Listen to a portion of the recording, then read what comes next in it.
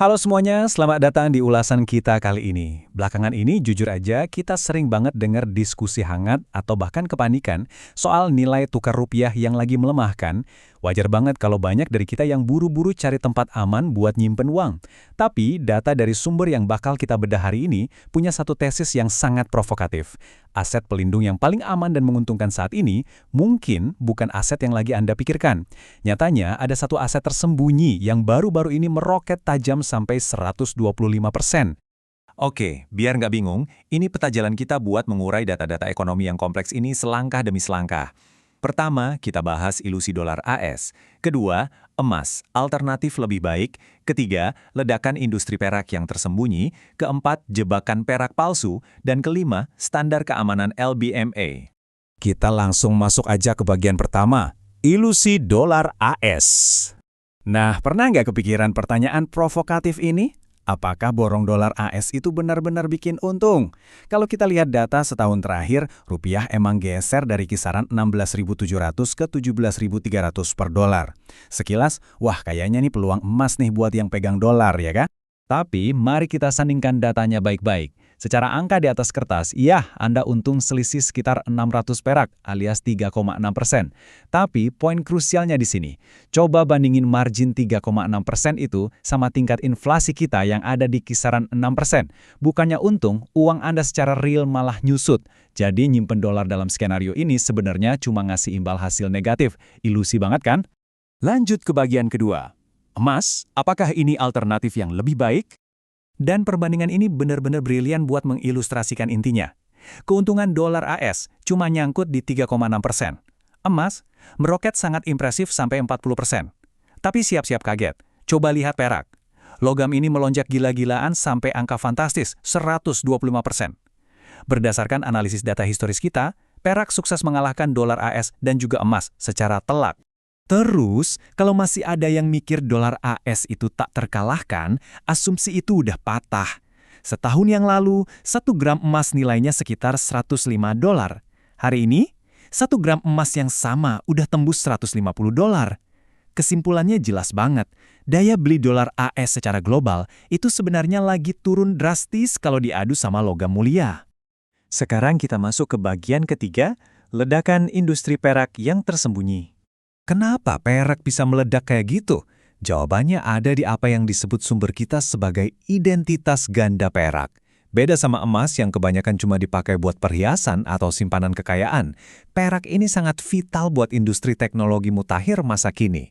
Perak itu ibarat komponen absolut yang nggak tergantikan buat bangun pusat data AI, bikin panel surya buat transisi energi hijau, manufaktur semikonduktor, bahkan sampai sistem radar militer. Makanya ditekankan banget nih di analisis sumber kita, saya kutip, perak di sisi lain secara luas digunakan untuk industri teknologi tinggi termasuk pusat data AI dan radar militer. Bayangin aja, di tengah dunia yang lagi balapan bikin infrastruktur AI dan sayangnya lagi banyak tensi konflik geopolitik, kebutuhan akan perak buat industri jadi meroket tak terkendali. Fundamental sekuat ini yang nggak dimiliki oleh dolar atau emas. Nah, yang ini yang lumayan ngeri. Bagian keempat, jebakan perak palsu. Sumber data kita ngasih peringatan keras soal fenomena yang sering makan korban. Banyak investor tergiur harga murah, lalu beli perak lokal atau merek antah berantah yang nggak jelas. Mereka berasumsi otomatis kalau yang dibeli itu pasti perak murni 99%. Tahu-taunya, pas batangan itu dibelah, isinya malah logam rongsokan kayak timah atau besi murah. Ini benar-benar penipuan investasi murni, dan kita harus waspada. Lalu gimana dong solusi amannya? Kita bahas di bagian kelima, standar keamanan LBMA. Biar nggak kena tipu, sumber kita membagikan satu rahasia penting. Cari sertifikasi LBMA. LBMA atau London Bullion Market Association ini adalah otoritas global paling top yang bikin standar internasional buat kilang emas dan perak. Kalau perak Anda punya cap standar ini, itu ibarat paspor sakti. Keasliannya bakal langsung diakui di seluruh dunia, dari Singapura sampai Eropa. Tapi di sini kita nemu paradoks yang lumayan bikin kaget buat kita di Indonesia. Ambil contoh merek kebanggaan kita, PT Antam.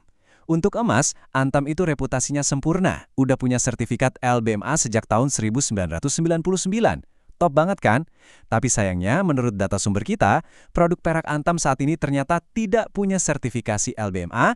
Ini mematahkan asumsi kita kalau merek yang emasnya terpercaya, otomatis peraknya juga punya standar internasional yang sama.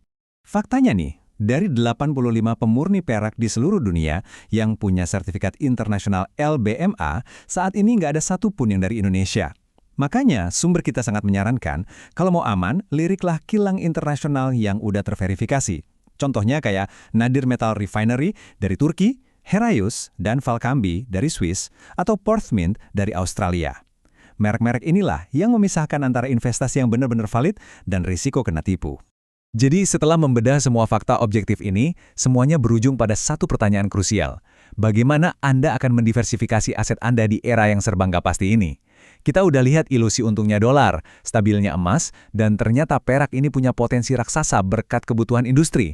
Dan yang terpenting, jangan pernah main-main sama standar sertifikasi. Kami di sini bukan mau ngasih saran finansial, tapi murni ngebedah data biar kita semua bisa mikir lebih kritis soal strategi keuangan kita ke depan. Terima kasih udah nongkrong bareng di ulasan kali ini, tetap kritis, terus belajar, dan sampai jumpa.